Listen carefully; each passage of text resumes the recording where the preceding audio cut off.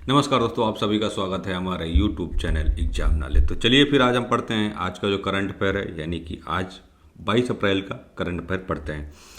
तो आज का जो करंट अफेयर है हमारे जो आने वाले एग्जाम हैं उनके लिए बहुत ही महत्वपूर्ण अपडेटेड करंट अफेयर है, क्योंकि अभी तक आज देखा जाए, अभी तक मैं 22 अप्रैल के करंट अफेयर पढ़ा रहा हूँ। तो मोटा मोटा अगर हम देखें तो बहुत से ऐसे क्वेश्चन हैं जो आपके एग्ज़ाम में आने की उम्मीद 200% है। 100% तो हाई है कि आप अगर अप्रैल का करंट अफेयर आप देखेंगे हमारी सारी वीडियो, तो बहुत ही इंपॉर्टेंट ऐसे क्वेश्चन हैं करंट के जो आपके एग्ज़ाम में आने की पूरी पूरी उम्मीद है। तो चलिए फिर शुरुआत करते हैं। आज यानी कि 22 अप्रैल का है। तो अभी जैसे कि पहला जो इसका क्वेश्चन है कि हाल ही में लता दीनानाथ मंगेशकर पुरस्कार 2026 से किसे सम्मानित करने की घोषणा की गई है।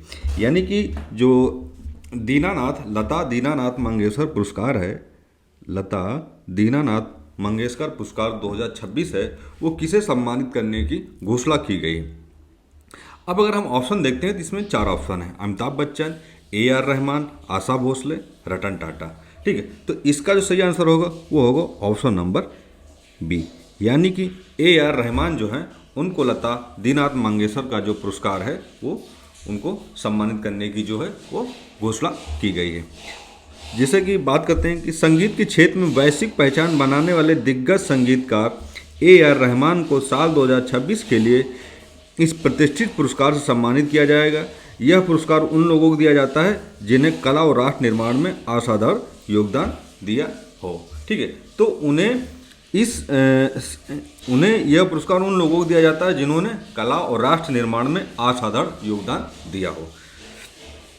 ठीक है, अब बढ़ते हैं। नेक्स्ट जो हमारा क्वेश्चन है कि यानी कि 21 अप्रैल 2026 को किस भारतीय संस्था ने स्वदेशी 6G टेस्ट बेड का सफलतापूर्वक प्रदर्शन किया है। ठीक है, यानी कि पूछ रहा है कि 21 अप्रैल 2026 को किस भारतीय संस्थान ने स्वदेशी 6G टेस्ट बेड का सफलतापूर्वक प्रदर्शन किया है। ठीक है, अब जैसे कि इसमें 4 ऑप्शन है: IIT बॉम्बे ने, IIT मद्रास, IIS बेंगलुरु या IIT दिल्ली। इसमें 4 ऑप्शन है, तो इसका जो सही आंसर होगा वो होगा ऑप्शन नंबर बी, यानी कि IIT मद्रास ने स्वदेशी 6G टेस्ट बेड का सफलतापूर्वक प्रदर्शन किया है। ठीक है, कि भारतीय तकनीकी के क्षेत्र में एक बड़ी उपलब्धि हासिल की है कि IIT मद्रास के द्वारा विकसित यह 6G टेस्ट बेड मौजूद यानी 5G तकनीकी से लगभग 100 गुना तेजी से इंटरनेट गति प्रदान करने में सक्षम होगा।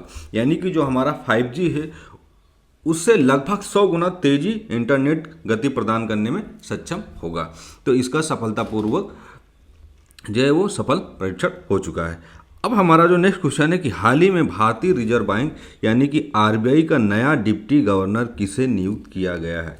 ये हमारे लिए बहुत ही इम्पोर्टेंट क्वेश्चन है, इसको आप नोट कर लिए। ठीक है, तो पूछ रहा है कि हाल ही में भारतीय रिजर्व बैंक यानी कि RBI का नया डिप्टी गवर्नर किसे नियुक्त किया गया है। अब इसमें 4 ऑप्शन है: स्वामीनाथन जानकी रमन, अजय कुमार चौधरी, CKR कामत, D सुब्रमण्यम सुंदर। इसमें 4 ऑप्शन है, तो अगर हम सही ऑप्शन की बात करें तो ऑप्शन नंबर जो बी है, यानी कि अजय कुमार चौधरी को जो है वो भारतीय रिजर्व बैंक यानी कि RBI का नया डिप्टी गवर्नर जो है वो नियुक्त किया गया है। ठीक है, तो अजय कुमार चौधरी RBI के नए डिप्टी गवर्नर के रूप में नियुक्त किया गया है। वे बैंकिंग विनियमन और नीति निर्धारण में महत्वपूर्ण भूमिका निभाएंगे। ठीक है, किसमें निभाएंगे कि बैंकिंग विनियमन में और नीति निर्धारण में जो है वो महत्वपूर्ण भूमिका निभाएंगे। ठीक है, अब हम बढ़ते हैं नेक्स्ट क्वेश्चन कि वर्ल्ड लॉजिस्टिक परफॉर्मेंस इंडेक्स 2026 में भारत की वर्तमान रैंकिंग क्या है। यानी कि जो वर्ल्ड लॉजिस्टिक परफॉर्मेंस इंडेक्स का है, अगर 2026 की बात करें तो उसमें भारत की वर्तमान रैंकिंग क्या है।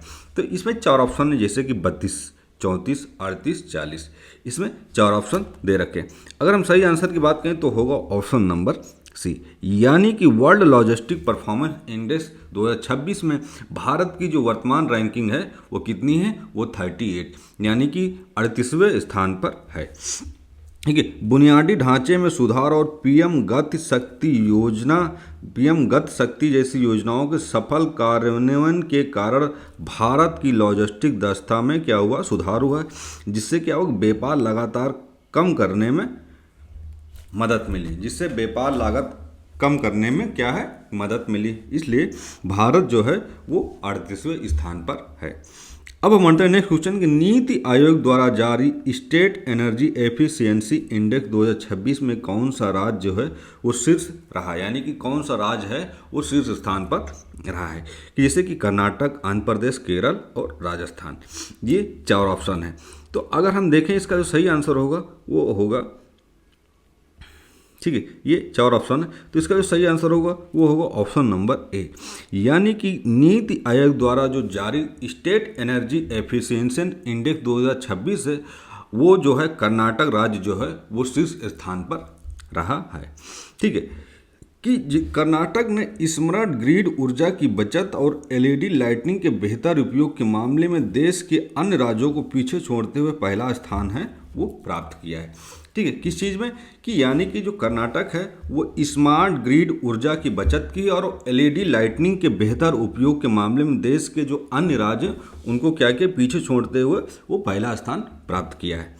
अब हम बढ़ते हैं नेक्स्ट क्वेश्चन कि किस अंतर्राष्ट्रीय संगठन ने हाल ही में ग्लोबल लैंड आउटलुक 2026 की जो है वो रिपोर्ट जारी की है। ठीक है, इसमें पूछा जा रहा है किस अंतर्राष्ट्रीय संगठन ने, यानी किस अंतर्राष्ट्रीय संगठन ने हाल ही में ग्लोबल लैंड आउटलुक जो 2026 की जो रिपोर्ट है वो रिपोर्ट जारी की है। ठीक है, तो इसमें जो है पूछा जा रहा है कि वो कौन सी रिपोर्ट है। तो अगर हम इसमें देखें तो इसमें 4 ऑप्शन है कि, ठीक है, यूनेस्को, UNCCD और विश्व बैंक, FAO। तो इसमें 4 ऑप्शन है। अगर हम सही आंसर की बात करें तो ऑप्शन नंबर जो है वो बी, यानी कि UNCCD जो है वो ग्लोबल स्टैंडलाइन आउटलुक ने उन्होंने क्या किया है कि 2026 की जो रिपोर्ट है वो जारी किया है। अब इस रिपोर्ट में चेतावनी दी गई है कि दुनिया की 40% जो उपजाऊ ज़मीन है वो खराब यानी डिग्रेड हो चुकी है, जिससे खाद्य सुरक्षा पर जो है वो संकट क्या है, मंडरा रहा है। मतलब उसने ये एक हाल ही में जो ग्लोबल लैंड आउटलुक की जो रिपोर्ट जारी की गई है वो UNCCD को द्वारा जारी की गई है, और इसमें एक चेतावनी दी गई है कि दुनिया की जो 40% यानी कि 40% जो उपजाऊ ज़मीन है वो डिग्रेड में हो चुकी, यानी कि वो ख़राब हो चुकी, जिससे क्या होगा कि खाद्य सुरक्षा पर जो है वो संकट मंडरा रहा है। ठीक है, अब हम बढ़ते हैं नेक्स्ट क्वेश्चन कि विश्व रचनात्मक और नवाचार दिवस यानी कि world creativity and innovation day हर साल कब मनाया जाता है। ठीक है, ये पूछ रहा है कि world creativity and innovation day जो है वो हर साल कब मनाया जाता है। तो इसमें देखिए 4 ऑप्शन है, 20 अप्रैल, 21 अप्रैल, 22 अप्रैल, 23 अप्रैल। ये इसमें 4 ऑप्शन दे रखे हैं। तो अगर हम देखें तो जो सही आंसर होगा वो होगा ऑप्शन नंबर बी, यानी कि विश्व रचनात्मकता और नवाचार दिवस जो है वो 21 अप्रैल यानी कि हर साल जो है 21 अप्रैल को मनाया जाता है। ठीक है, तो संयुक्त राष्ट्र ने 2018 में इस दिन की शुरुआत की थी और इसका उद्देश्य समस्याओं के समाधान और सतत विकास में रचनात्मकता की भूमिका के बारे में क्या है, जागरूकता बढ़ाना है। तो इसका ये जो है ये संयुक्त राष्ट्र ने 2018 में इस दिन की क्या की थी, शुरुआत की थी। ठीक है, तो अब हम बढ़ते हैं नेक्स्ट क्वेश्चन कि भारत के पहले पेट्रोलिंग संरक्षण पार्क का उद्घाटन कहाँ किया गया है, यानी कि भारत के पहले पेट्रोग्लिफ संरक्षण पार्क, ठीक है, पेट्रोग्लिफ संरक्षण पार्क है उसका उद्घाटन कहाँ किया गया है। ठीक है, श्रीनगर, जम्मू कश्मीर, कारगिल, लद्दाख, लेह लद्दाख, गंगोटक, सिक्किम। ये हमारे जो हैं 4 ऑप्शन है। तो अगर हम देखें जो पहला जो है यानी कि इसका जो सही आंसर होगा वो होगा ऑप्शन नंबर सी, यानी कि भारत का जो पहला पेट्रोग्लिफ संरक्षण पार्क है वो कहाँ पर उद्घाटन किया गया है, वो किया गया है लेह लद्दाख में, इसका उद्घाटन किया गया है। ठीक है, तो इसका क्या महत्वपूर्ण होगा, इससे क्या महत्वपूर्ण होगा, तो सिंधु नदी के तट पर यानी कि सिंधु नदी के तट पर सिंधु घाट के पास इस पार्क का जो है उद्घाटन किया गया है। यह पार्क जो है प्राचीन रॉक नक्काशी यानी पेट्रोग्लिफिस को संरक्षित करने कि भारत की जो है वो पहली पहल है। यानी कि ये जो है उद्घाटन किया गया सिंधु नदी के तट पर, यानी कि सिंधु घाट के पास इस पार्क का जो है वो उद्घाटन किया गया है। और यह पार्क जो है प्राचीन रॉक नक्काशी पेट्रोग्लिफिक्स को संरक्षित करने के लिए भारत की पहल शुरुआत है। ठीक, अब हम बढ़ते हैं नेक्स्ट जो हमारा क्वेश्चन है कि यानी कि राष्ट्रीय नागरिक सेवा दिवस, नेशनल सिविल सर्विस डे। ये आप लोग देखेंगे कल इसके रिलेटेड एक क्वेश्चन था कि सिविल सर्विस डे कब मनाया जाता है। ठीक है, तो लेकिन ये जो है कि राष्ट्रीय नागरिक सेवा दिवस यानी कि नेशनल सिविल सर्विस डे, इसकी जो स्मृति में किसकी स्मृति में मनाया जाता है, ये पूछ रहा है कि किसकी स्मृति में मनाया जाता है। ठीक है, तो अभी हम देखें इसमें 4 ऑप्शन है, यानी option A Mahatma Gandhi, option B Jawaharlal Nehru, option C Sardar Vallabh Bhai Patel, option D BR Ambedkar. ये 4 ऑप्शन है। तो इसका हम देखें तो इसका जो सही आंसर होगा वो होगा ऑप्शन नंबर सी, यानी कि राष्ट्रीय नागरिक सेवा दिवस जो है वो जो किसकी स्मृति में मनाया जाता है, वो मनाया जाता है सरदार भाई वल्लभ पटेल की स्मृति में मनाया जाता है। तो यानी कि ये जो है ये प्रतिवर्ष 21 अप्रैल को यह दिवस मनाया जाता है। इसी दिन यानी कि 1947 यानी 1947 में सरदार पटेल ने प्रशासनिक अधिकारियों को भारत का स्टील फ्रेम कहकर संबोधित किया था।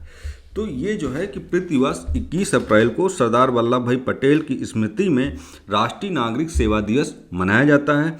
और इसी दिन यानी कि 1947 में सरदार पटेल ने प्रशासनिक अधिकारियों को भारत का जो स्टील फ्रेम कहकर सबको वहाँ पर संबोधित किया था। तो इसका जो आंसर होगा वो होगा ऑप्शन नंबर सी, यानी कि सही आंसर सरदार वल्लभ भाई पटेल। अब हम बढ़ते हैं नेक्स्ट क्वेश्चन कि उल्लो जनजाति जो हाल ही में खबरों में रही।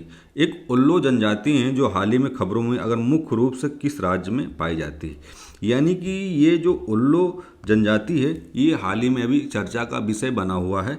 तो ये पूछा जा रहा है कि इसमें कि ये मुख्य रूप से किस राज्य में यह जनजाति पाई जाती है।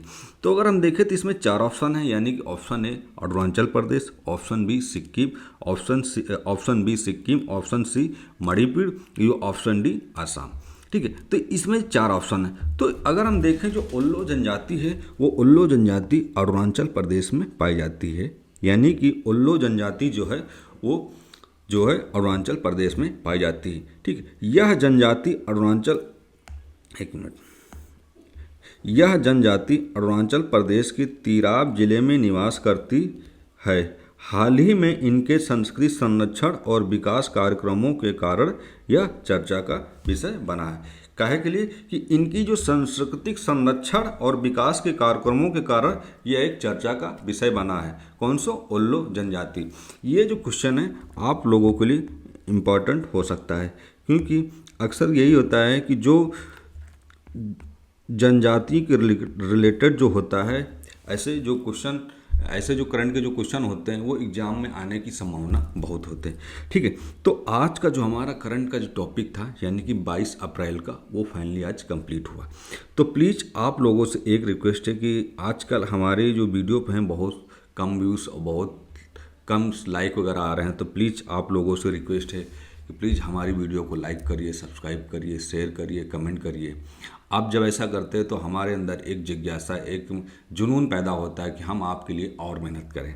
तो प्लीज़ आप लोग लाइक करिए, सब्सक्राइब करिए, कमेंट करिए और बताइए कमेंट करके ये वीडियो आज की कैसी लगी। फिर हम मिलेंगे एक नेक्स्ट टॉपिक और नेक्स्ट वीडियो के साथ। जय हिंद, जय भारत।